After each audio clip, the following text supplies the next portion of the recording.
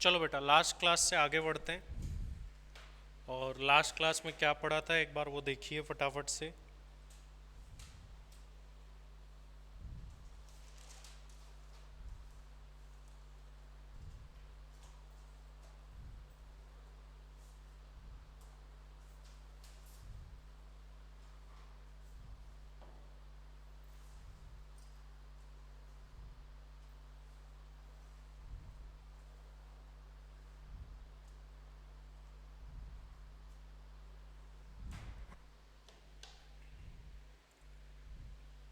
सो हमने सबसे पहले तो देख लिया है कि टैक्स की डेफिनेशन क्या होती थी।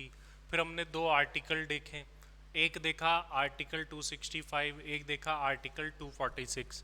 फिर उसके बाद में अपन आगे बढ़े, अपन ने एंट्री नंबर देखे। एंट्री नंबर 82 देखा, 83 देखा, स्टेट लिस्ट का एंट्री नंबर 46 देखा।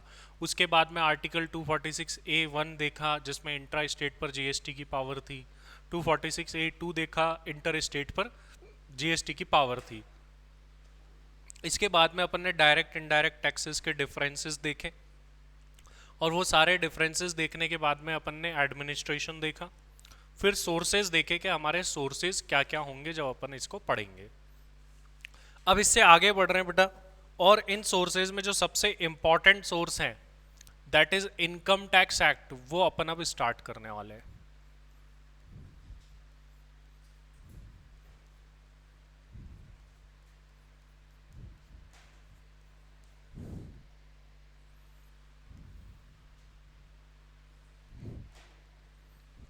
Income tax act 1961। देखिए बेटा, कोई भी एक्ट होता है, कोई भी लॉ बनाया जाता है तो उसमें काफ़ी सारे सेक्शंस होते हैं। जैसे ये इनकम टैक्स एक्ट है, इसमें भी काफ़ी सारे सेक्शंस बने हुए हैं। कितने सेक्शन बने हुए हैं सर इनकम टैक्स एक्ट में बेटा? टोटल 298 सेक्शंस है। टोटल 298 सेक्शन से पूरा एक्ट में क्या हमको सारे के सारे सेक्शन पढ़ने हैं? Answer is no. सारे सेक्शंस अपन को नहीं पढ़ने हैं भाई। इसमें मेनली 90 तक के सेक्शंस जो है अपने लिए इंपॉर्टेंट होने वाले हैं। 90 तक के सेक्शंस में ही अपना मेन कंटेंट जो है वो रहने वाला है। बाकी का आप फाइनल में पढ़ोगे बेटा। फाइनल के अंदर आगे के सेक्शंस भी आएंगे, 90, 91, ये इंटरनेशनल टैक्सेशन में आएंगे 92। वो फाइनल के अंदर दिया हुआ है। एक इलेक्टिव पेपर आता है फाइनल में इंटरनेशनल टैक्स का, वहाँ पर आप पढ़ोगे 90, 91, 92 को भी। टोटल 298 सेक्शंस नहीं पढ़ने, मेनली अपन को 90 तक के ही सेक्शंस पढ़ने हैं। अब इनकम टैक्स एक्ट को अपन शुरू करें, इसके अंदर अपन एक एक सेक्शंस को देखना आप शुरू करने वाले हैं।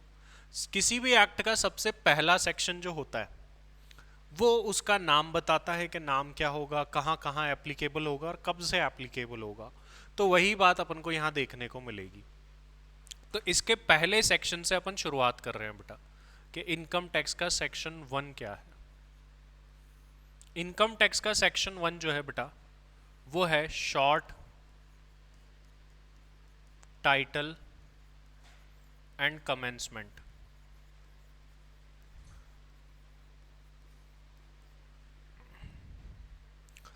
ये बताएगा कि सेक्शन 1 के इसका नाम क्या होगा, कहाँ कहाँ एप्लीकेबल होगा और कब से काम करना शुरू करेगा। तो देखिए सेक्शन 1 क्या बोलता है। This act will be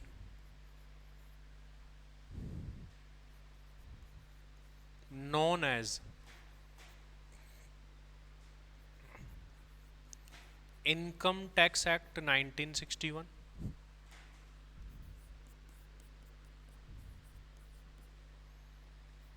It will be applicable to whole of India,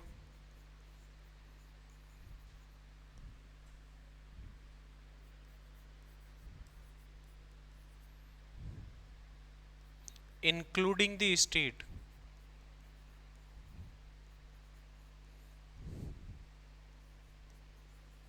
Jammu and Kashmir,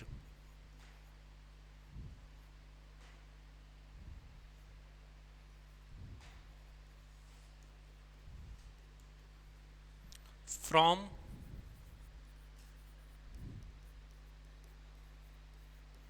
first April 1962। तो देखिए क्या बोला गया है यहाँ पर कि इस एक्ट का नाम क्या होगा, इनकम टैक्स एक्ट 1961, जो कि अपन ऊपर भी देख रहे हैं। कहाँ कहाँ लगेगा, पूरे इंडिया में। क्या जे.एंड.के में भी लगेगा? बिल्कुल जे.एंड.के में भी लगेगा, जम्मू कश्मीर में भी लगेगा। और ये कब से काम करना शुरू कर दिया था इसने? 1 अप्रैल 1962 से काम करना शुरू कर दिया। तो एक्ट क्या है, इसका नाम क्या होगा और कहाँ कहाँ एप्लीकेबल होगा, ये बातें सेक्शन 1 के अंदर बताई जाती है। एग्जाम में जनरली यहाँ से क्वेश्चन नहीं बनता है बेटा। तो लेकिन हमारी नॉलेज के लिए हमको पता होना चाहिए कि इनकम टैक्स एक्ट कहाँ कहाँ एप्लीकेबल होता है। अब इसका बहुत इंपॉर्टेंट पार्ट बेसिक का वो है सेक्शन 2 के अंदर। आपको अभी तक ऐसा लग सकता है कि इनकम टैक्स क्या थियोरटिकल है? थियोरटिकल बिल्कुल नहीं है, इसमें प्रैक्टिकल चीज़ें हैं। बट ये थियोरटिकल बेसिक्स जब अपन को पता होंगे तभी अपन प्रैक्टिकल सीख पाएंगे। अभी बहुत जल्द प्रैक्टिकल पार्ट आएगा टैक्स कैलकुलेशन का। सेक्शन 2 डेफिनेशंस का है बेटा। डेफिनेशंस दी गई है सेक्शन 2 के अंदर अलग अलग। क्या डेफिनेशन है, किस टाइप की डेफिनेशन है, इसके बारे में अपन बात करते हैं। देखो ये क्या लिखा हुआ है, पहले मुझे पढ़ के बताओ क्या लिखा हुआ है। ये कैसे पढ़ते हैं इसको? लॉ पढ़ी होगी ना फाउंडेशन में भाई। सेक्शन 2 सबसेक्शन 9, लेकिन ये क्लोज 9 है। सेक्शन 2 क्लोज 9 बोलूंगा मैं इनको। तो सर क्यों, कारण क्या है? सेक्शन के ब्रैकेट में तो सबसेक्शन ही होता है ना। देखो एक चीज जो हमको क्लियर नहीं होती उसको क्लियर करिए। ये जो डेफिनेशन बनाई जाती है, क्या हर एक डेफिनेशन का आपस में एक के बाद एक कनेक्शन होता है क्या, या हर डेफिनेशन अपने आप में इंडिपेंडेंट होती है? तो देखो जो भी डेफिनेशन बनाई जाती है वो अल्फाबेटिकली बनती है। ए से स्टार्ट होने वाली डेफिनेशन पहले आएगी, फिर B C D E F. जो भी डेफिनेशंस होती है उनका आपस में कोई कनेक्शन नहीं होता, सब अपने आप में अलग होती है। जब एक के बाद एक जो चीजें चल रही है उनमें कोई कनेक्शन नहीं है तो ब्रैकेट वाली बातें क्लोज होती है। जैसे अपन देखो इनकम टैक्स एक्ट का अगर आप सेक्शन 2 देखोगे बेटा,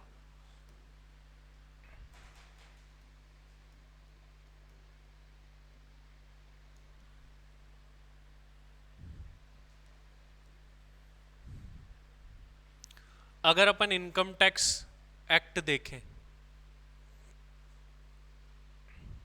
तो यहां देखिए, अब यहां पर कुछ डेफिनेशन दी गई है। एग्रीकल्चर इनकम क्लोज 1 में, annual value, appellate assistant commissioner, appellate tribunal, मतलब पहले ए से शुरू होने वाली डेफिनेशन। अब इधर देखो assessment, assessment year, average rate, ए चल रहा है। फिर इसके बाद में ए से चलते चलते बी आ गई, बोर्ड, फिर बी से, फिर सी से रिलेटेड। क्या इनका आपस में कोई लिंक है? कोई लिंकेज नहीं है, अपने आप ही एक के बाद एक अल्फाबेट के बेसिस पर आ रही है। बट वहीं मैं अगर बात कर लूं कि सर मैंने ऐसे लिखा,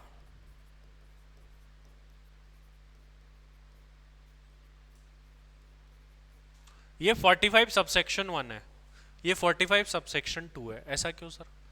जब हम इन सेक्शंस को पढ़ेंगे तो हमें पता चलेगा जो इसमें बात बोली गई थी उसी से लिंक्ड बात आगे है, फिर लिंक्ड बात आगे, फिर इससे लिंक्ड बात आगे। मतलब क्या हुआ कि जब आपस में कनेक्शन चल रहा हो तो ब्रैकेट वाली बातें क्या होती है? सबसेक्शन। जब आपस में कोई कनेक्शन ना हो एक चीज का दूसरी चीज से तो ब्रैकेट वाली बातें क्या होती है? क्लोज। और अब सिंपल मैं कर दूं इनकम टैक्स के पॉइंट ऑफ व्यू से, इनकम टैक्स के सेक्शन 2 में एंड सेक्शन 10 में कोई सबसेक्शन नहीं है। मतलब 2 और 10 के ब्रैकेट में मैं कभी भी कुछ लिख दूं तो उसको अपन क्या बोलेंगे? क्लोज बोलेंगे। बाकी सबके ब्रैकेट में अगर कभी भी कुछ लिखा तो पहले क्या होगा? सबसेक्शन ही पढ़ा जाएगा उसको। तो ये एक बेसिक बात है, बेसिक थ्योरी है जो अपन को क्लियर होनी चाहिए कि सर सबसेक्शन को कैसे पढ़ते हैं और क्लोज को कैसे पढ़ते हैं। अब अपन डेफिनेशंस को शुरू करते हैं एक एक करके। और पहली डेफिनेशन जो अपन पढ़ने जा रहे हैं that is section 2 close 7। Definition है असेसी की।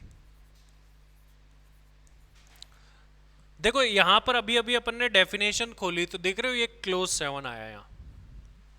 अब अपन को इतनी सारी डेफिनेशन नहीं पढ़नी, कुछ सिलेक्टेड ही पढ़नी है। यहाँ पर क्या लिखा है? Assessee means a person by whom income tax or super tax or other sum of money is payable under this act and includes every person in respect to proceeding under this act, every person who is deemed to be an assessee, every person deemed to be an assessee in default। ये क्या क्या बातें बोल दी sir, समझ नहीं आई बात। देखो simple शब्दों में मैं आपको समझाता हूँ ये असेसी क्या है। जैसे क्लास में जितने भी बच्चे बैठे हैं उन सबको अगर मुझे एक साथ डिनोट करना हो तो मैं उनको क्या बोल सकता हूँ? स्टूडेंट। क्लास में जितने बच्चे, ऐसे ही इनकम टैक्स वाले क्या करते हैं कि जितने भी रिटर्न भरने वाले लोग हैं, टैक्स भरने वाले लोग हैं, उनको क्या बोलते हैं? असेसी बोलते हैं। असेसी नाम क्यों रखा? असेसी वर्ड बना है असेस से, असेस, और असेस मतलब कैलकुलेट करना किसी चीज को। हम असेस कर रहे हैं मतलब कैलकुलेट करना, क्योंकि उन व्यक्तियों की सबकी क्या की जाती है? इनकम कैलकुलेट और फिर टैक्स कैलकुलेट। तो ये इनकम कैलकुलेशन और टैक्स कैलकुलेशन का जो काम होता है ना, उसको बोलते हैं असेसमेंट। असेसमेंट किसको बोलते हैं? इनकम निकालना, टैक्स निकालना, ये जो भी काम होता है इसको क्या बोलते हैं? असेसमेंट करना। और जिस व्यक्ति की इनकम और टैक्स निकल रहे होते हैं उस व्यक्ति को क्या बोलते हैं? असेसी बोलते हैं, असेसी बोलते हैं। तो असेसी होता कौन है? सिंपल शब्दों में बात करें तो असेसी वो व्यक्ति है जो कि रिटर्न भरता है, वो व्यक्ति है जो कि टैक्स भरता है, और एनी अदर सम, पेनल्टी वगैरह ऐसा कुछ भरता है, तो उस व्यक्ति को क्या बोला जाता है? असेसी बोला जाता है। तो असेसी मतलब या तो टैक्स भर रहा हो या फिर रिटर्न भर रहा हो, ये दोनों ही नहीं कर रहा हो तो कोई लेट फीस पेनल्टी वगैरह भर रहा हो, मतलब इनकम टैक्स का कुछ भी काम कर रहा हो, उस व्यक्ति को इनकम टैक्स वालों ने क्या नाम दे दिया? असेसी नाम दे दिया। तो इसकी डेफिनेशन क्या है देखिए, assessee means a person who is required to pay tax, file return or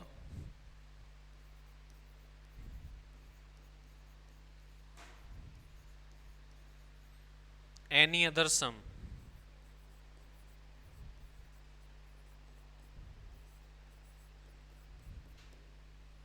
under this act।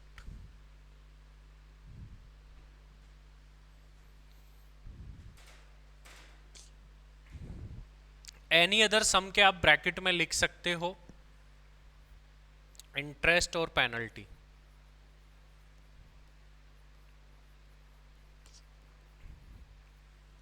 वो इसके अंदर आ जाते हैं।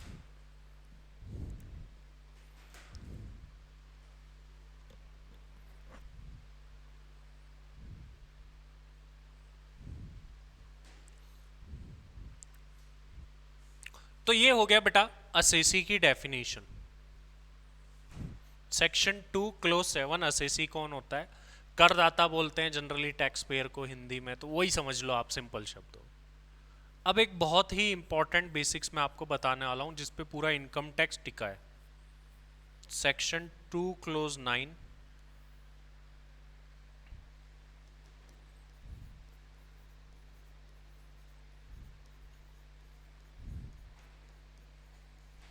असेसमेंट ईयर एंड, अभी आप इसको नोट मत करना है ना, सेक्शन 3 प्रीवियस ईयर।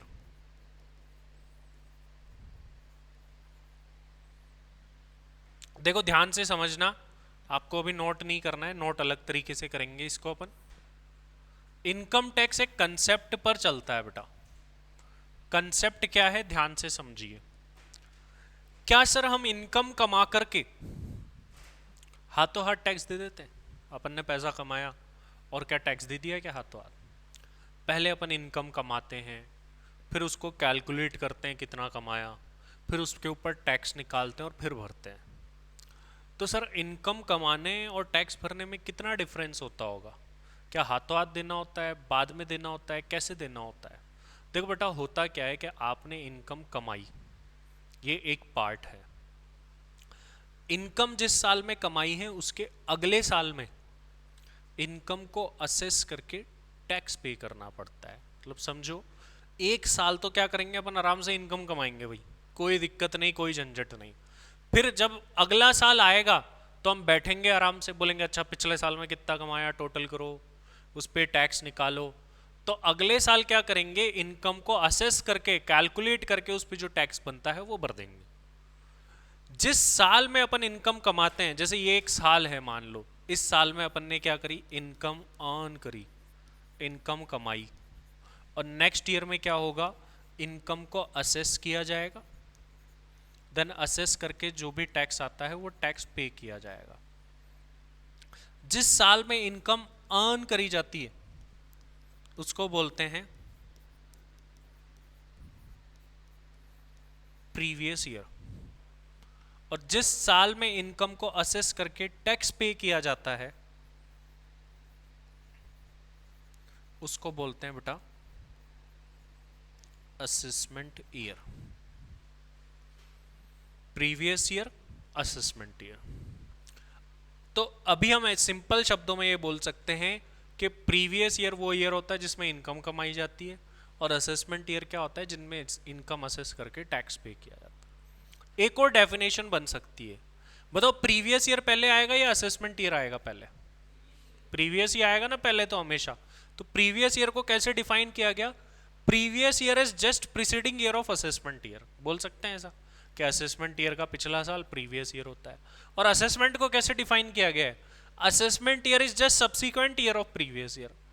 तो ये बोला प्रीवियस ईयर क्या होता है, बोला असेसमेंट ईयर का पिछला, बोला असेसमेंट ईयर क्या होता है, प्रीवियस ईयर का पिछला, बोला कुछ बताओ तो सही अगला पिछला क्या है। तो इसलिए क्या बोला, प्रीवियस ईयर वो जिसमें इनकम कमाते हैं, और असेसमेंट ईयर वो जिसमें इनकम को असेस करके टैक्स पे करते हैं। अब एक और बात ध्यान से समझो, सर हमारे लिए प्रीवियस ईयर क्या होगा और असेसमेंट ईयर क्या होगा। देखो अपन लोग एग्जाम देंगे, कब देंगे, नवंबर 23 में अपन एग्जाम दे रहे होंगे लेट से। जब अपन एग्जाम दे रहे होंगे तो उस साल में तो क्वेश्चन आएगा, अपन कैलकुलेट करेंगे, तो जिस साल में अपन इनकम निकाल रहे होंगे, टैक्स निकाल रहे होंगे, वो साल तो क्या होता है, असेसमेंट ईयर। तो उस टाइम पर कौन सा साल चल रहा होगा, बताओ कौन सा फाइनेंशियल ईयर चल रहा होगा जब अपन एग्जाम दे रहे होंगे, तो बताओ कौन सा फाइनेंशियल ईयर होगा, 2023 24 23 24 चल रहा होगा, ये अपना असेसमेंट ईयर है। जो भी क्वेश्चन आएगा हमारे पास में उसमें क्या इनकम इस साल की दी होगी, बोले सर इस साल की कैसे देगा, वो तो चल रहा होगा, खत्म ही नहीं हुआ। इनकम हमेशा अपन को कौन से साल की देगा, पिछले साल की, जिसको अपन कैलकुलेट करके टैक्स निकालेंगे। तो जिस साल की अपन को इनकम दे रखी होगी वो साल कौन सा होगा फिर, 22 23। इसका मतलब ये हुआ कि सर जो भी क्वेश्चन आएगा उसमें इंफॉर्मेशन कौन से साल की होगी, 22 23 की, और निकाल कौन से साल में रहे होंगे अपन, 23 24 के अंदर निकाल रहे होंगे। तो अब हमसे कभी कोई पूछ ले, बोले तुम्हारे एग्जाम में कौन सा प्रीवियस ईयर लगेगा, तो अपन क्या बोलेंगे, 22 23। और कौन सा असेसमेंट ईयर लगेगा तो हम क्या बोलेंगे, 23 24 बोलेंगे। तो ये फिक्स्ड है क्या सर, बिल्कुल बेटा फिक्स्ड है। अगले साल जो मई के एग्जाम होंगे वहां से जरूर बदल जाएगा, वहां से एक साल आगे बढ़ जाएगा, असेसमेंट ईयर 24 25 हो जाएगा और प्रीवियस ईयर 23 24 हो जाएगा। वो हर साल मई से चेंज होता है, मई और जून में, मई और नवंबर में जो साल है वो फिक्स रहता है, यही रहता है। तो ये हमारे एग्जाम के लिए फिक्स्ड रहने वाला है, हमारा असेसमेंट ईयर 23 24 है और प्रीवियस ईयर 22 23। अब एक और बात सुनी, सर ये कितने टाइम पीरियड के होते हैं, बोला ये भी कोई पूछने की बात है, बोला ये 12 मंथ का होता है साल ईयर, और ये भी 12 मंथ का होता है। बोला ठीक है सर 12 मंथ से कम के भी हो सकते हैं क्या, ये सवाल ही आया। देखो बेटा असेसमेंट ईयर तो हमेशा 12 मंथ का ही होगा, बट प्रीवियस ईयर 12 मंथ से कम का भी हो सकता है। कैसे, जैसे सपोज करो कि कोई प्रीवियस ईयर है 22 23, यहां 1 अक्टूबर 2022 से किसी ने बिजनेस स्टार्ट करा,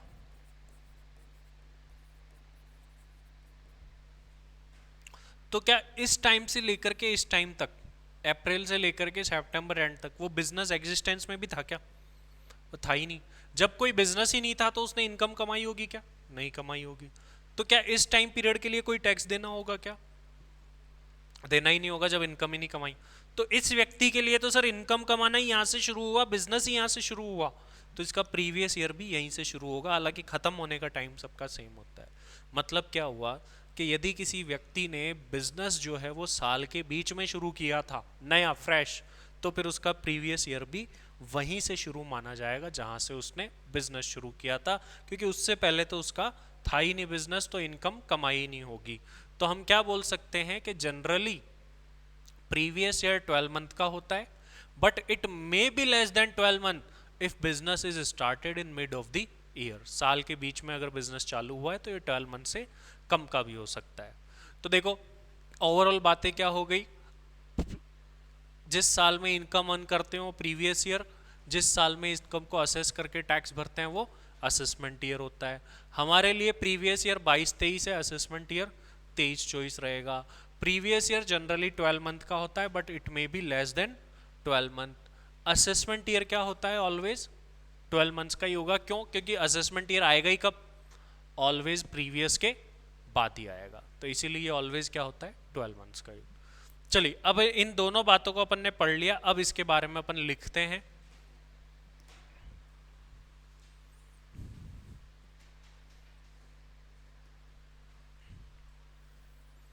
इस तरीके से आप एक चार्ट बना लीजिए।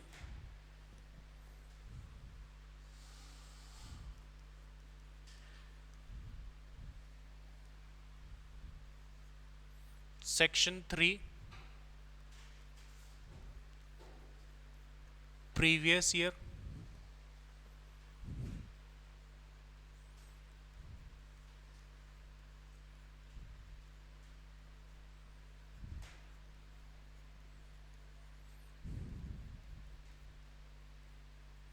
To close 9 assessment year.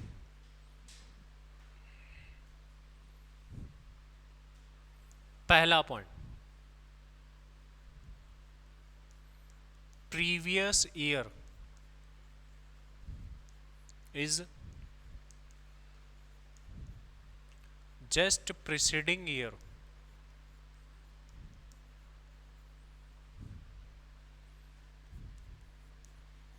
Of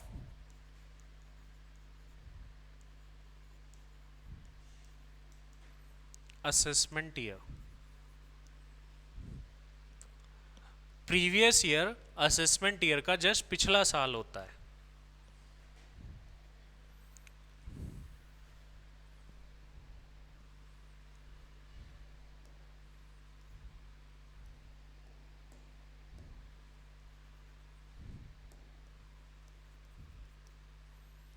assessment year क्या होगा? Just subsequent year. Assessment year is just subsequent year of previous year। ये प्रीवियस ईयर का जस्ट अगला साल होता है भाई। Second thing, it is the year in which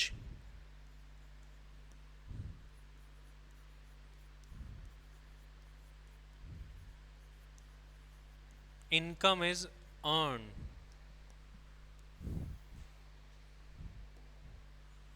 ये क्या होता है? It is the year in which income is assessed and tax is paid। ये वो साल है जिसमें इनकम असेस करके टैक्स को पे किया जाता है।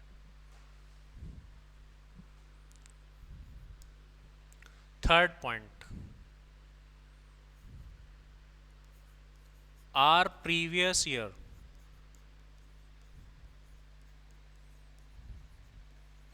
will be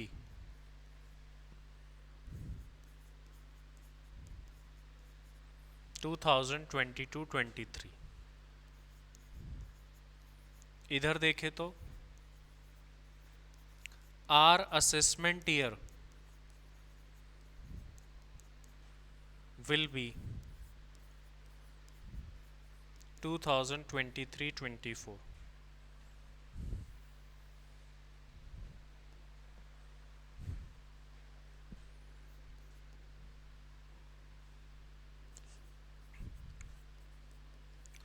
Previous year is generally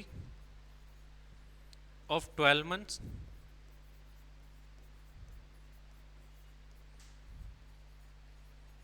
However, it may be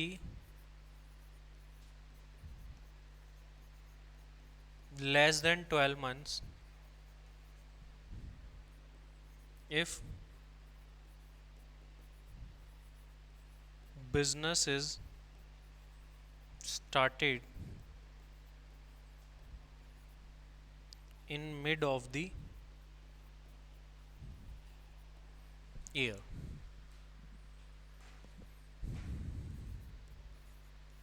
Assessment year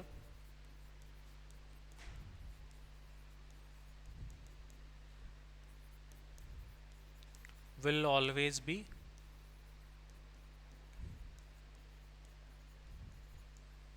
12 months.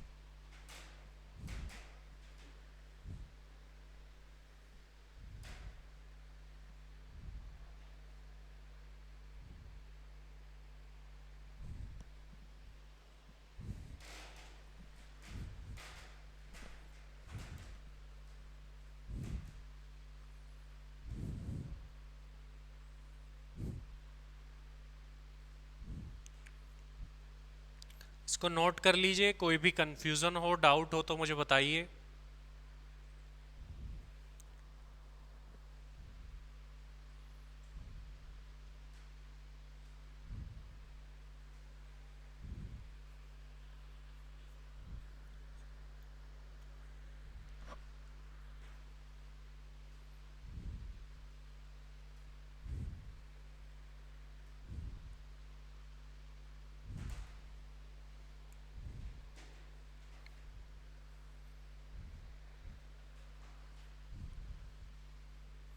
कर लिया नोट?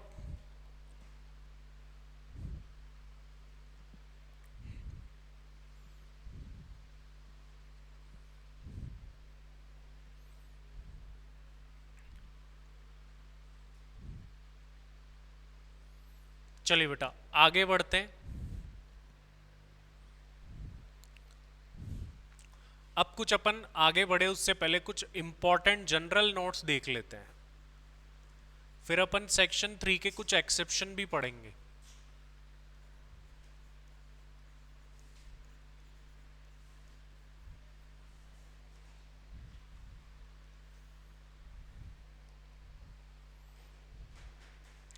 इंपॉर्टेंट जनरल नोट्स क्या है भाई? इंपॉर्टेंट जनरल नोट्स उनकी तरफ ध्यान देते हैं। देखिए पहली बात, सर टैक्स किस पे लगता है? बताओ टैक्स किस पे लगता है? इनकम पे लगता है सर, इनकम टैक्स इनकम पे लगता है। लेकिन एक बात बताओ, एक व्यक्ति जो है किसी कंपनी में जॉब करता है और उसकी सैलरी जो है वो 50,000 रुपीज़ पर मंथ है, तो sir 50,000 rupees per month multiply 12 month, तो ये 6 लाख रुपीज़ हो गए सर। 6 लाख रुपीज़ निकल तो गई सर, इनकम निकल गई, इस पर टैक्स लगा देते, बात खत्म। फिर इतना बड़ा और टैक्स निकालना तो मैं आपको बेसिक्स में ही सिखा दूंगा। तो एक बात बताओ, फिर इनकम टैक्स पढ़ क्यों रहे? जब सर टैक्स निकालना तो आप बेसिक्स में सिखा दोगे और इनकम तो हमको पता ही होती है, इसमें क्या है? देखो बेटा, जो हमको इनकम पता होती है, जैसे मान लो बाद में अपन ऑफिस खोलते हैं अपना, प्रैक्टिस में जाते हो अगर आप सीए की, तो जब अपन ऑफिस खोलेंगे तो अपने पास में लोग रिटर्न भरवाने आएंगे। रिटर्न भरवाने आएंगे तो वो क्या करेंगे? अपनी इनकम बताएंगे कि मैं इतनी इतनी इनकम है, फिर अपन उससे रिटर्न भरते हैं। वो जो इनकम बताते हैं ना बेटा, वो होती है एक्चुअल इनकम। वो क्या है? एक्चुअल इनकम है। बट टैक्स एक्चुअल इनकम पे नहीं लगता, टैक्स किस पे लगता है? टैक्सेबल इनकम पर। हमें एक्चुअल इनकम को कन्वर्ट करना पड़ेगा किसमें, टैक्सेबल इनकम में। इसके लिए हम आगे देखेंगे 5 हेड बना रखे हैं कि कैसे कन्वर्ट करना होता है। तो जो एक्चुअल इनकम को टैक्सेबल इनकम में कन्वर्ट करना है, इसी के लिए अपन को इनकम निकालना सीखना है। मतलब इनकम निकालना भी हमें सीखना पड़ेगा, और मेन काम ही अपना वही है। टैक्स निकालना ज़्यादा बड़ा काम नहीं है, बेसिक्स में सीख लेंगे, बट इनकम निकालने के लिए अपन को काफ़ी सारे चैप्टर सीखने पड़ेंगे। तो एक बात आपको हमेशा मन में ध्यान रखनी है कि जो टैक्स है वो किस पर लगता है, टैक्सेबल इनकम पर, एक्चुअल इनकम पर नहीं लगता। अब इसमें कोई भी सिचुएशन आ सकती है। हो सकता है कि टैक्सेबल इनकम एक्चुअल के बराबर आ जाए, ज़्यादा आ जाए या कम आ जाए, कुछ भी हो सकता है। लेकिन ये सर एक्चुअल से टैक्सेबल निकालेंगे कैसे, इसी के लिए तो अपन ये पूरा इनकम टैक्स पढ़ेंगे आगे। तो ये जितने भी चैप्टर आगे अपन पढ़ेंगे वो किस पर्पस से पढ़ने वाले हैं कि ये एक्चुअल इनकम से टैक्सेबल इनकम कैसे निकाली जाती है। तो अपना इंपॉर्टेंट जनरल नोट में जो पहला नोट बनता है बेटा, वो यही बनता है, tax is not charged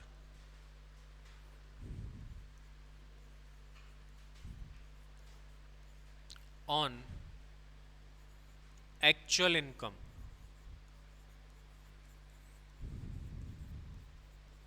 however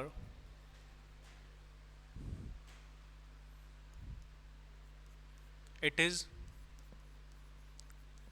charged on taxable income.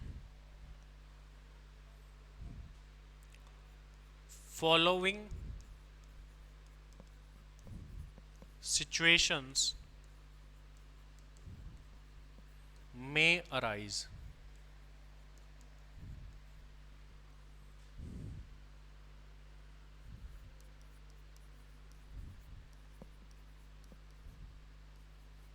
क्या क्या सिचुएशन आ सकती है? हो सकता है कि एक्चुअल इनकम इक्वल्स टू हो टैक्सेबल इनकम,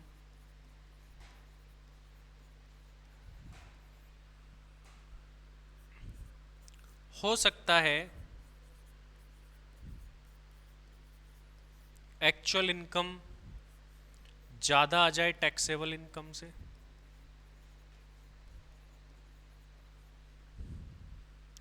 और हो सकता है कि एक्चुअल इनकम कम आ जाए टैक्सेबल इनकम से।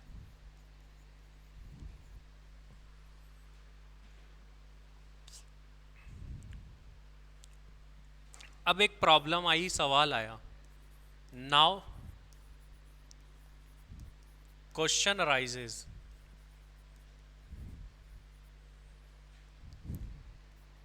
हाउ वी कैन कैलकुलेट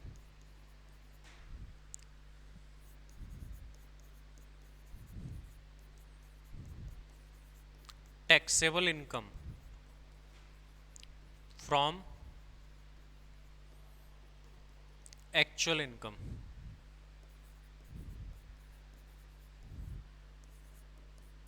ये क्वेश्चन अराइज हुआ, इसका जवाब क्या है बेटा? इसके लिए एक्ट में हेड्स ऑफ इनकम बनाए गए हैं for calculation of taxable income. We need to learn about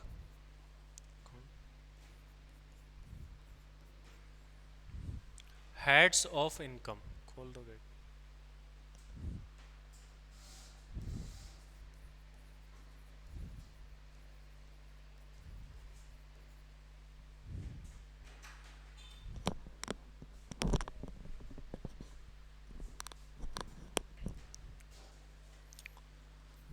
which are given under section 14 of income tax act।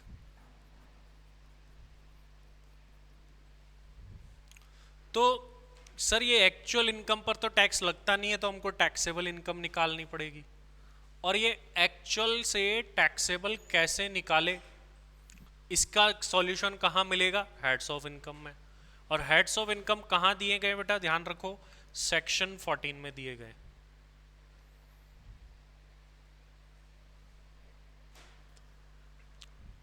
तो अब साथ ही साथ सेक्शन 14 भी पढ़ लेते हैं सर कि कितने हेड्स है क्या है।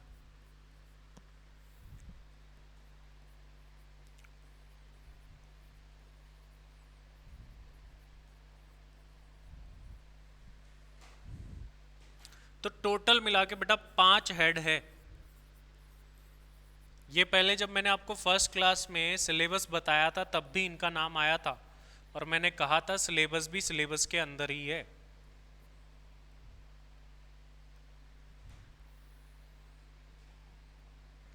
पहला हेड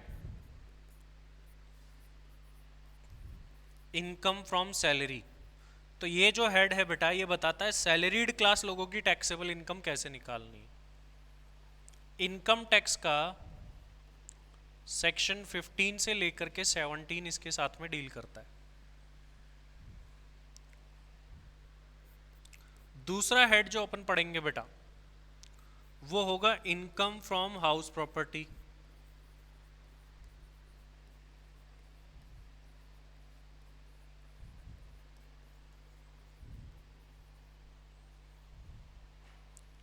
इसके साथ में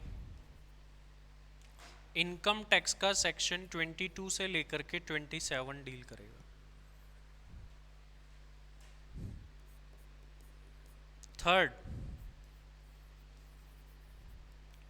profits and gains from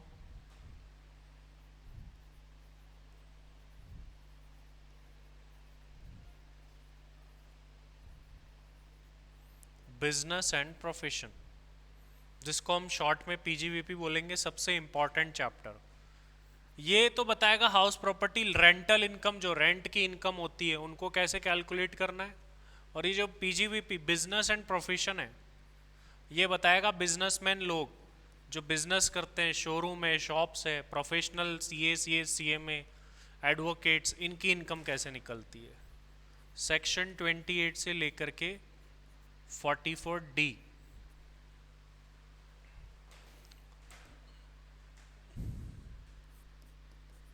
fourth head income from capital gain.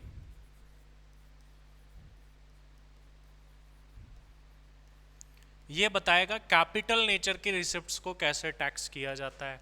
आपने कोई प्रॉपर्टी सेल करी, गोल्ड सेल करा, तो कैसे उस पर टैक्स निकलेगा। शेयर सिक्योरिटी सेल करें,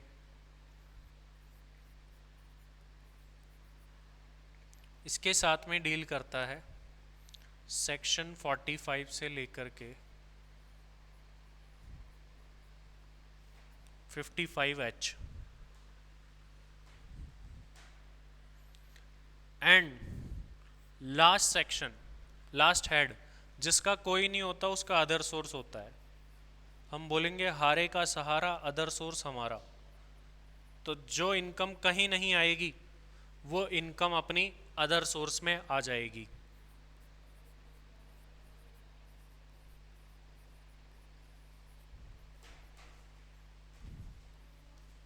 सेक्शन 56 से लेकर के 59।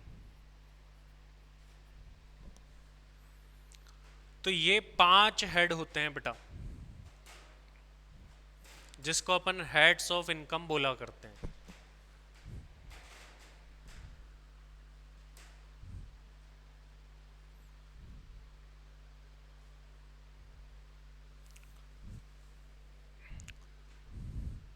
नोट कर लीजिए फटाफट से इसको बेटा।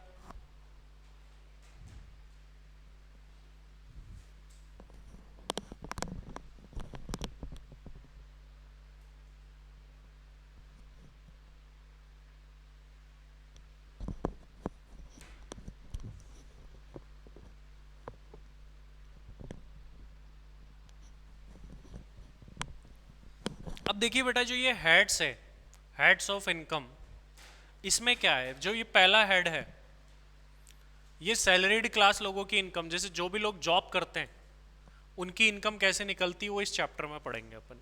सबसे ज़्यादा टाइम कंज्यूमिंग चैप्टर यही होने वाला है अपना, टाइम ज़्यादा इसमें लगेगा अपन को। फिर हाउस प्रॉपर्टी, ये क्या बताएगा, जो भी लोग अपने घर को रेंट पे देते हैं, तो रेंट पर देकर के जो भी इनकम कमाते हैं लोग, उनकी इनकम की कैलकुलेशन कैसे होती है, वो ये हाउस प्रॉपर्टी बताएगा। हाउस प्रॉपर्टी हेड में अपन पढ़ेंगे कि भाई बिजनेसमैन लोग और प्रोफेशनल लोगों की इनकम कैसे निकलती है। फिर अपना है पीजीबीपी, इसमें तो साफ साफ ही पता चल रहा है कि भाई बिजनेसमैन और प्रोफेशनल लोग, हाउस प्रॉपर्टी में रेंटल और पीजीबीपी में बिजनेसमैन और प्रोफेशनल, जिसमें medical shop, general store, CA, CS, CMA, advocates, इन सब की इनकम, चाहे क्रिकेटर हो, डांसर हो, सिंगर्स हो, एक्टर्स हो, उन सब की इनकम कैसे निकलती है वो इस पर्टिकुलर हेड में पढ़ने वाले हैं अपन। इसके अलावा फिर है इनकम फ्रॉम कैपिटल गेन, तो जो भी कैपिटल नेचर की रिसिप्ट्स होती है, प्रॉपर्टी सेल करना, शेयर सिक्योरिटी सेल करना, इसके अलावा आप बात करें गोल्ड सेल करना, ये सारी टाइप के रिसिप्ट जो है इस कैपिटल गेन हेड के अंदर आती है। और फिर जिसका कोई नहीं होता उसका अदर सोर्स, मतलब जो इनकम कहीं भी नहीं आएगी उसका कौन है, अदर सोर्स है। तब होगा क्या बेटा, देखो कि या तो कोई इनकम इन चारों में आ जाएगी और चारों में नहीं आएगी तो फिर अदर सोर्स में आएगी। सर कौन सी इनकम, जैसे गिफ्ट मिला किसी को, गिफ्ट पे भी टैक्स लगता है क्या, बिल्कुल लगता है, अपन पढ़ेंगे यहाँ पर। और मान लीजिए ये सांसद विधायकों को जो सैलरी मिलती है, यहाँ आप किसी कंपनी में डायरेक्टर बन गए, बाद में सीए बनने के बाद आपको जो पैसा मिलेगा वो यहाँ टैक्सेबल होगा। तो काफ़ी सारी चीज़ें हैं जो कि यहाँ पर आती है, तो जो कहीं नहीं आएगा वो यहाँ, हालांकि ये छोटा चैप्टर है कंपेरेटिवली बाकी चैप्टर्स बड़े हैं इससे। तो ये टोटल मिला करके 5 हेड्स ऑफ इनकम है। एक वर्ड और आता है बेटा, सोर्सेज ऑफ इनकम। क्या सर सोर्सेज ऑफ इनकम और हेड्स ऑफ इनकम में डिफरेंस होता है? जैसे मान लो किसी की मेडिकल की शॉप है, उससे वो पैसे कमाता है, तो बताओ ये हेड ऑफ इनकम है या सोर्स ऑफ इनकम है? ये मेडिकल तो उसका सोर्स ऑफ इनकम है ना। अब मान लो कोई प्रैक्टिस के लिए सीए का ऑफिस खोल के बैठा है, तो वो जो ऑफिस है वो उसका हेड ऑफ इनकम है या source of income? Source of income. कोई सीए बन गया और जॉब लग गया बिग 4 में, तो जो जॉब कर रहा है वो हेड ऑफ इनकम है या source of income? Source of income. मतलब इनकम कमाने के तो दुनिया में हजारों लाखों तरीके, तो ये जो हजारों लाखों तरीके हैं इनको क्या बोलते हैं, सोर्सेज ऑफ इनकम। बट ये हजारों लाखों तरीकों की कैलकुलेशन कैसे होगी, इनकम कैसे निकलेगी, ये कौन बताता है, हेड ऑफ इनकम। तो हेड ऑफ इनकम 5 ही है। तो sources of income are unlimited. Sources of income क्या होते हैं, जहां से हम इनकम को अर्न करते कमाते हैं। हेड्स ऑफ इनकम क्या होते हैं कि उस इनकम को कैसे कैलकुलेट करना है, किस अमाउंट पर टैक्स लगेगा, ये कौन बताएगा, हेड ऑफ इनकम बताएंगे। तो सोर्सेज ऑफ इनकम तो क्या होते हैं, अनलिमिटेड, और हेड ऑफ इनकम क्या होते हैं, लिमिटेड।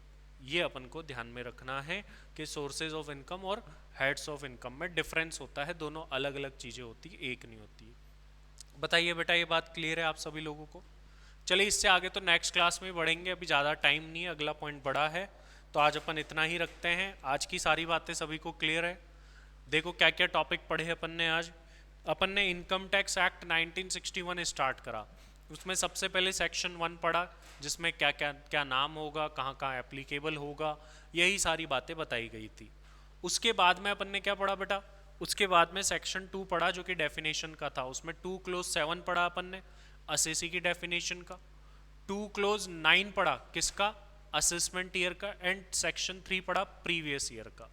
और फिर ये इंपॉर्टेंट जनरल नोट देखें, इसमें अभी ओनली पहला नोट देखा है, और इसके साथ साथ ही अपन ने हेड्स ऑफ इनकम पढ़ लिए।